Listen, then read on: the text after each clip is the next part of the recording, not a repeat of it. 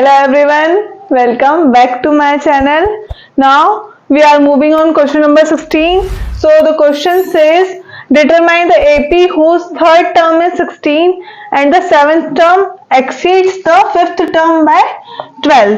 Means इस question में हमको थर्ड टर्म गिवन है, मीन्स हमको A3 गिवन है, A3 इक्वल्स टू 16 हमको दिया है. नेक्स्ट इसमें कंडीशन बोली है seventh term exceeds the fifth term by 12. Means जो सेवेंथ टर्म है वो फिफ्थ टर्म से 12 ज्यादा है. अगर हम फिफ्थ टर्म में 12 ऐड कर देते तो जो सेवेंथ टर्म है और सेवेंथ टर्म है वो इक्वल हो जाएगी. सो इसकी कंडीशन हम बना के देख लेते हैं. जो A7 है उसमें A5 में 12 ऐड कर देंगे तो वो A7 के इक्वल हो जाएगा. सो इसको हम इक्वेशन फर्स्ट, इसको हम पहले सॉल्व कर लेते हैं. इसको हम लिख सकते हैं A plus 2D equals to 16. इसको इक्वेशन फर्स्ट नाम दे देते हैं, इसको इक्वेशन सेकेंड. सो सबसे पहले हम इसको लेकर चलते हैं. A7 क्या होता है? A plus 6D equals to A5, A plus 4D plus 12. इसको सॉल्व कर लेंगे हम. A से कैंसिल हो गया, 60 4D इस साइड आएगा, माइनस का हो जाएगा and 12. 60 minus 4D 2D equals to 12. So D की value 12 by 2. So D equals to क्या आ गया हमारा 6. अब हम इसकी हेल्प से यहाँ से A निकाल सकते हैं. तो हम ये D की वैल्यू कहाँ पुट करेंगे? इक्वेशन फर्स्ट में. सो इक्वेशन फर्स्ट हमारी है A plus 2D equals to 16. So D की वैल्यू हमारे पास 6 है. A प्लस 2, D की वैल्यू 6 पुट कर दी हमने. 6 2 जा 12, 12 इस साइड जाएगा तो माइनस का हो गया एंड 16 माइनस 12 इक्वल्स टू 4. अब हमारे पास फर्स्ट टर्म आ गई एपी की. इसमें हमको पूरी एपी बनानी है. तो हमारे पास फर्स्ट टर्म आ गई तो हम नेक्स्ट टर्म बना सकते हैं.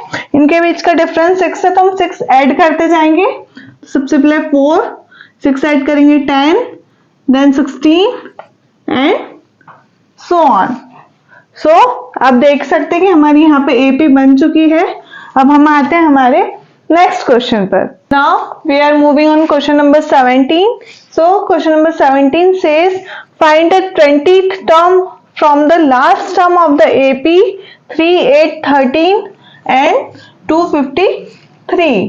सो हमको इसकी लास्ट टर्म दी एपी की 253 एंड हमको लास्ट से 20 टर्म फाइंड करनी है. अगर हमको सिंपली बोलते कि 20 टर्म फाइंड करनी है तो हम A20 फाइंड कर लेते, पर यहाँ पे बोला है last term of the AP. So इस एपी को हम क्या करेंगे? लास्ट से स्टार्ट करेंगे. 253 फर्स्ट टर्म बना देंगे हम. ये हो जाएगा 13, 8 एंड 3. सो अब हम A20 फाइंड कर सकते हैं बिकॉज हमने जो एपी है वो लास्ट से स्टार्ट कर स्टार्टिंग तक की है. सो नेक्स्ट हम आते हैं, हमको A20 फाइंड करना है. A20 हमारा होता है A प्लस 19D. अब इसके अकॉर्डिंग A हमारा क्या हो गया? 253. सो A की प्लेस पर हम 253 पुट कर देंगे प्लस 19. यहाँ से हम D फाइंड कर लेंगे. D हम इस वाली टर्म से फाइंड कर सकते हैं. 8 माइनस 13 ये हो जाएगा -5. बिकॉज हमने क्या किया है? एपी को लास्ट से स्टार्ट किया है. अगर हम इस एपी का D निकालेंगे तो ये हो जाएगा 8 माइनस 3 इक्वल्स टू 5. अब हमने यहाँ पे एपी को उल्टा कर दिया तो ये आ गया हमारा D इक्वल टू -5. सो हम यहाँ -5 पुट कर देंगे. 253 प्लस माइनस माइनस 19 5 95. अब हम इसको माइनस कर लेते हैं. 13 में से 5 गया 8, 14 में से 9 गया 5 एंड ये आ जाएगा 1. सो हमारी A20 20 हमारी टर्म आ गई 158। अब हम आते हैं हमारे नेक्स्ट क्वेश्चन पर। Moving on the next question, question number 18. So the question says the sum of the fourth and eighth term of an AP is 24 and the sum of the sixth and 10th term is 44. Then find the first three terms of the AP. अब हमको इस question में दिया है जो हमारे पास fourth and eighth term है उनका सम कितना है 24 and the sum of the sixth and tenth term, sixth और टेंथ टर्म का सम हमारे पास है 44। तो हमको एपी की फर्स्ट थ्री टर्म्स हमको फाइंड करनी है। सो हमें कंडीशन से हम कंडीशंस लिखते हैं। सबसे पहले first condition A4 plus A8 equals to हमको दिया है 24, इसको इक्वेशन फर्स्ट नेम दे देते हैं। सो अब नेक्स्ट हमारे पास कंडीशन दी है A6 plus A10 equals to 44, इसको इक्वेशन सेकेंड नेम दे देते हैं। अब हम इसको A4 को क्या लिख सकते हैं A plus 3D plus A8 को लिख सकते हैं A plus 7D equals to 24। अब हमको फर्स्ट थ्री टर्म्स फाइंड करनी है तो हमको A और D की नीड है, तो देखते हैं इससे A और D निकलता है या नहीं। इसको हम ऐड करेंगे A plus A 2A plus 3D, ये हो जाएगा 10D इक्वल्स टू 24, इसको इक्वेशन थर्ड नेम दे देंगे। एंड सिमिलरली इसको भी हम A प्लस 5D लिख सकते हैं एंड A10 को A plus 9D equals to 44, ये हो जाएगा 2A plus 14D equals to 44, इसको हम इक्वेशन फोर्थ नेम दे देंगे। हमारे पास दो इक्वेशंस आ गई है, इनको सॉल्व करके हम D की वैल्यू निकाल लेंगे। इक्वेशंस लिख देती हूँ मैं 2A plus 10D equals to 24 and 2A plus 14D equals to 44। Solve करेंगे हम 2A से 2A कैंसिल, यहाँ बचेगा माइनस का 4D इक्वल्स टू माइनस 44 में से 24 माइनस करेंगे, 4 में से 4 गया 0, 4 में से 2 गया 2।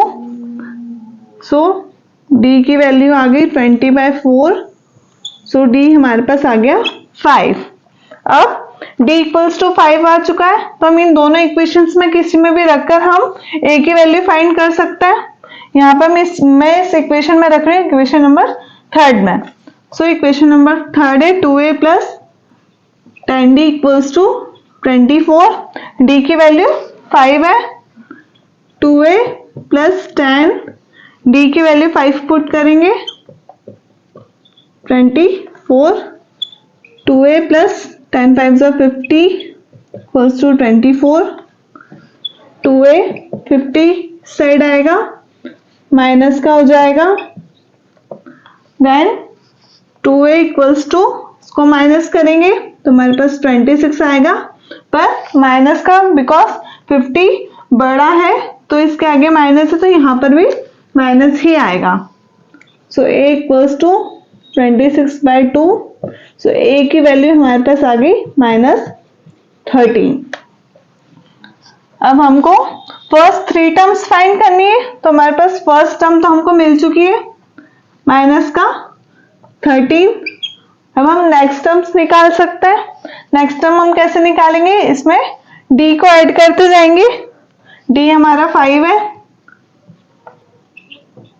माइनस प्लस माइनस, सो 13 में से 5 गया तो 8 बचेगा माइनस का, देन अगेन -8 प्लस 5, तो ये हमारे पास -3 बचेगा, देन -3 प्लस 5 तो 2 बचेगा। तो हमारी जो AP बन रही है -13 -8 -3 2 एंड सो ऑन। सो हमको फर्स्ट थ्री टर्म्स ही फाइंड करनी थी। सो इस क्वेश्चन में ये फाइंड कर चुके हैं हम। सो इसी के साथ क्वेश्चन नंबर 18 जो है हमारा कंप्लीट होता है। So thanks for watching and please like subscribe and share my channel. Thank you.